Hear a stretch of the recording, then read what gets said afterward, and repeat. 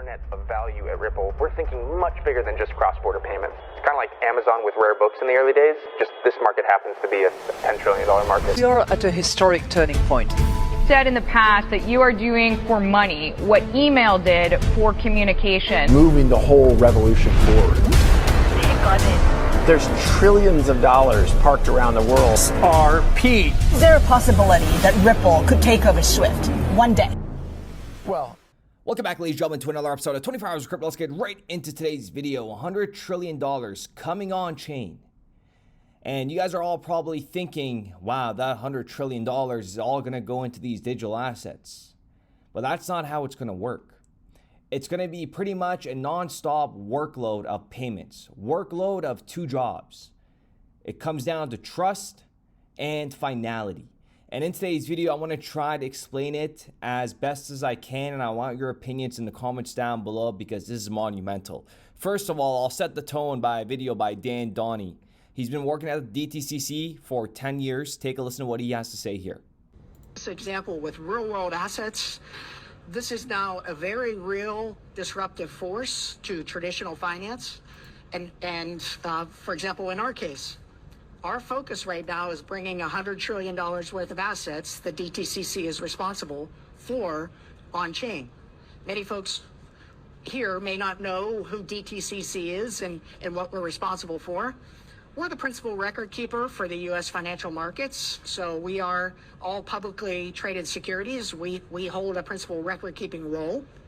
We're responsible for T+1 settlement. We're owned by the major banks and institutions. So effectively, we're a DAO for the U.S. financial markets.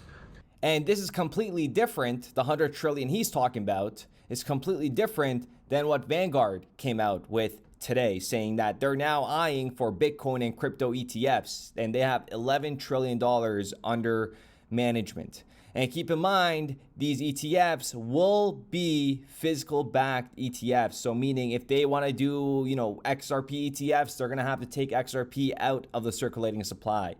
So once the whole scarcity perspective of XRP really kicks in, it is absolutely game over. And you guys already know, to begin with, not many people hold on to XRP. And in today's video, I'm going to go over the layers so you kind of understand it.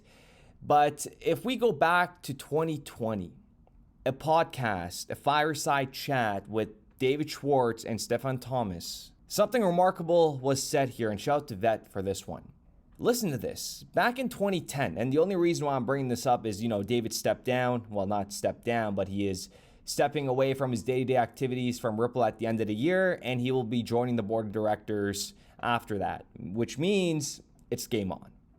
So back in 2010, many developers like David and Stefan wanted to see Bitcoin evolve to become a better version of itself. But other developers didn't want to take the risk of implementing certain hard forks to achieve this.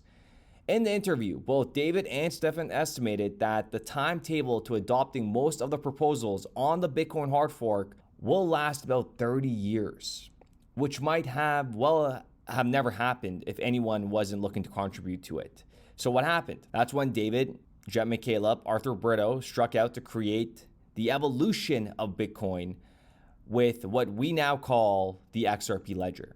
Our view in the future is you don't have to have this pre-funding, and instead you can use a digital asset to have global liquidity on demand. Now, we build upon a tech stack of an open source technology called XRP. XRP originally was built by some engineers who had seen some of the flaws of Bitcoin and the challenges of scalability around Bitcoin. And in that interview, Stefan said, attributes joining the OpenCoin team, later named Ripple Labs, to almost like stepping into the future 30 years later. The XRP ledger was completely redesigned system from scratch and built to be a better, faster, more scalable version of Bitcoin. It also had features that allowed it to support other currencies, which was one of the proposals on Bitcoin hard fork. And guess what?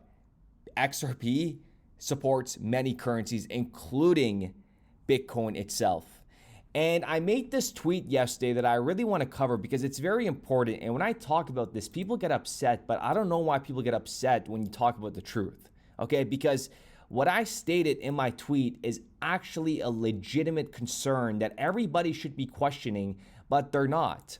So I tweeted out yesterday saying there is no way people don't see this. Bitcoin was the ultimate industry plant. It didn't just appear out of thin air in 2009, conveniently after the biggest financial crisis in modern history. You think $1 trillion, markets get built on an anonymous white paper with zero oversight? They know exactly who Satoshi is. The mystery founder narrative is the same playbook they used during COVID. Remember? Control the story, control the people. And remember, we're not in the dark by accident. We're being kept in the dark. And this isn't FUD. I made that very clear. I hold Bitcoin, you guys all know that. But it baffles my mind that people get upset at the truth. It is shocking. And in today's video, we're going to go over truth, finality, and trust that this ecosystem is building. So why don't we start off by talking about layer one? We guys know Chainlink has become a very, very famous name in the 24-hour crypto community.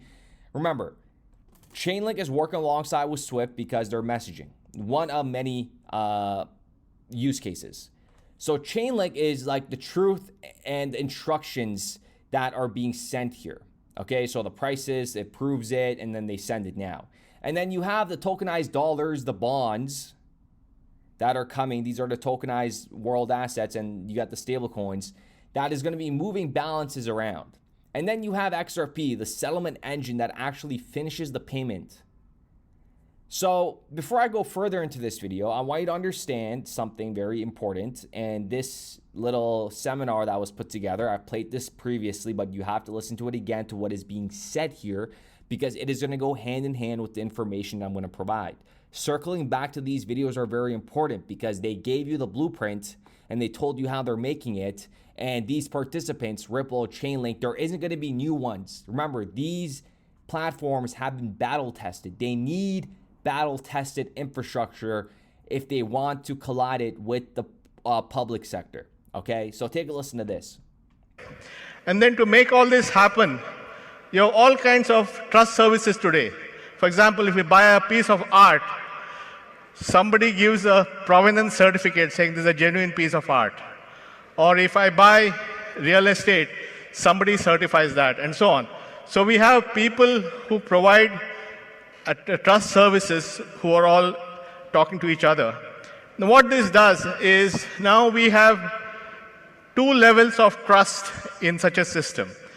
The tokenization itself, because of its immutability and other features, is one level of trust. So if I take a bank and tokenize a deposit, that deposit carries with it all the attributes of that token, and it's immutable, so it can't be changed. It can be sold very easily.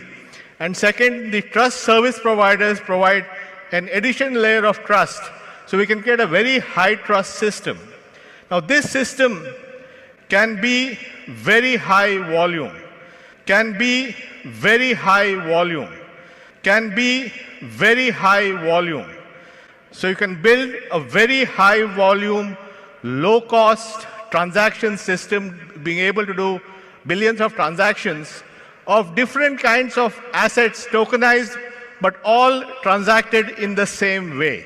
But our feeling was you need an overweening holistic architecture which allows it to be user-centric, which allows multiple asset classes to be interoperable, and which creates a universal architecture for ledgers, how you write a token to the ledger, how you transfer a token, how do you do interledger protocols. All that can be standardized. Because one thing we have learned is when you unlock friction, you have an explosion of market usage. So you're probably wondering, like, okay, who's holding XRP? Well, you're going to have the market makers, the processors, some of the banks that are going to be running these corridors. They're going to be holding XRP, and they're going to be keeping it so both sides, the quotes stay the same. Okay, so think about it this way. The more daily flow you have, the more corridors, the more XRP that is tied up in operations, less on exchanges, the supply is fixed, to make the same coin cover big dollar flows, the market reprices XRP higher. That's the mechanism. So you have workload, inventory, which is the supply, you have the scarcity, and then that is what is going to push up the value for XRP. And even when if I give you guys this little diagram right here, okay, take a look at this, right? You have Chainlink, you have USDC, and you have RLUSD, and then you have XRP, giving you the whole start to finish. And the best part about this is the BIS said this. Like, they told you exactly how this plays out in their trust bridge money flows. Remember, the above example assumed is a direct exchange between coins in A to B currency. However, another model is for the marketplace to gravitate towards trading fewer currencies. For instance, a third currency. I've said this before, but it is so important. A third currency, C currency, could become the vehicle currency on the marketplace. In this case, person I would trade A currency for C currency through one market maker, which would then turn to another market maker to trade C currency for B currency. And the same thing was presented to the IMF by Ripple back in 2018, right? Understand the importance of this. This is A currency. This is your C currency, and this is your B currency. Person A trades their A currency for C currency, and then the C currency goes into B currency, is what they're saying, right? Right here, for instance, the third currency, C currency. In this case, person A currency for C currency. This is person A currency to C currency, and then C currency to B currency. Okay, ladies and gentlemen, go ahead and smash that like button. This information that we have been presenting, we have been following along, watching these seminars, is going to be, iconic. It's going to be iconic. And the thing is, your average person does not have the enough attention span to find this interesting or to even watch it, right? And you guys already know, people are priced out. I don't care what you say. Mass accumulation for XRP is over. It is absolutely over. So don't get triggered when I say that. But right now, the longer the markets stay in these levels of around $4 trillion, you better hunker down and try to accumulate as much as you can, ladies and gentlemen. I cannot stress that enough. So the bottom line is, does $100 trillion just dump into XRP? No, that's not how it's going to work. It's going to force more XRP to be held to keep this machine instant. You heard them, right? You heard them, they said it. And when you have a fixed supply and you have rising operational demand, that price is going to get repriced and you're going to do nothing to stop that. So when XRP goes to $100, that's just like natural habitat. And it's not going to stop there. It's going to go much, much higher because the liquidity depth has to be very deep. So with that being said, ladies and gentlemen, let me know what you guys think in the comments down below. Let me know if that was a good explanation, or if you guys want more diagrams. Really, it is a very, very complicated subject matter to really dissect and put it out. Okay, it takes a lot of computing power in my brain to really make it make sense. But the best way to present it is when you look at what the BIS said, and then when you look at the presentation that was presented to the IMF that was confidential at the time, it kind of just speaks for itself at that point, right?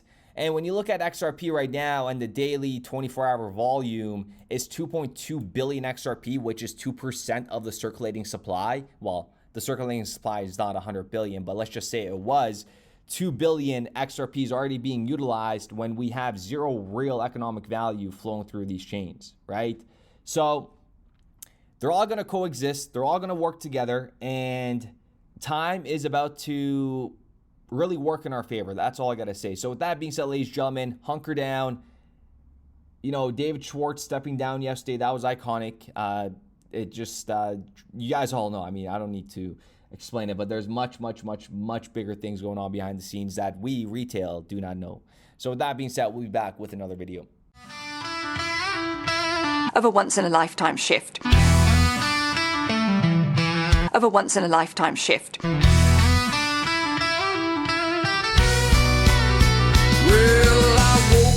this morning, check my bags on the chain. XRPL still humming while the FUD folks complain. Ripple fighting Goliath, yeah, the SSA's game. But Johnny D and Hogan, they're bringing the flame. So we salute to the rebels in suits, to the coders and hodlers wearing dusty old boots.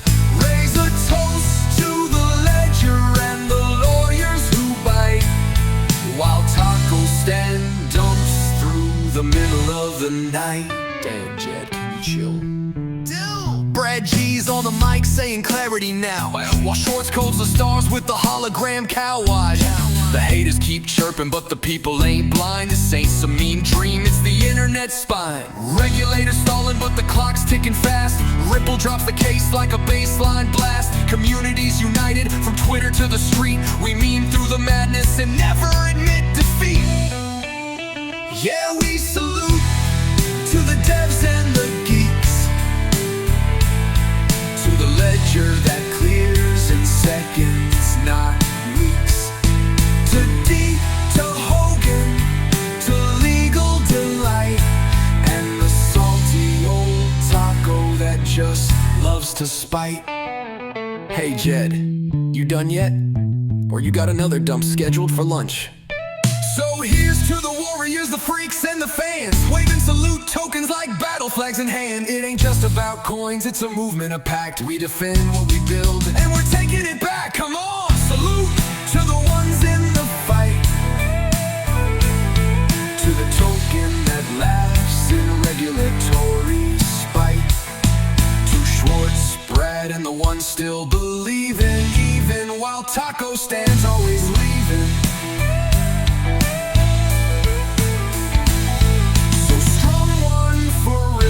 One for XRP, and raise your guitar for decentralized dreams. This song's for the ledger, the truth and the proof. With a smile and a nod, we say salute.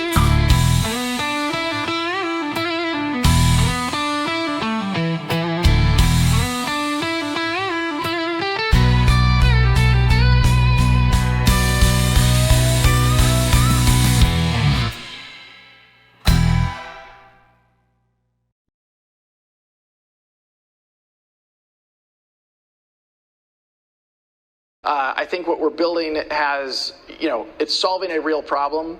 And I think all of the tokens, my advice to anybody would be, understand the utility. If there's real utility and there's real value being delivered to a real customer, there will be value in the token.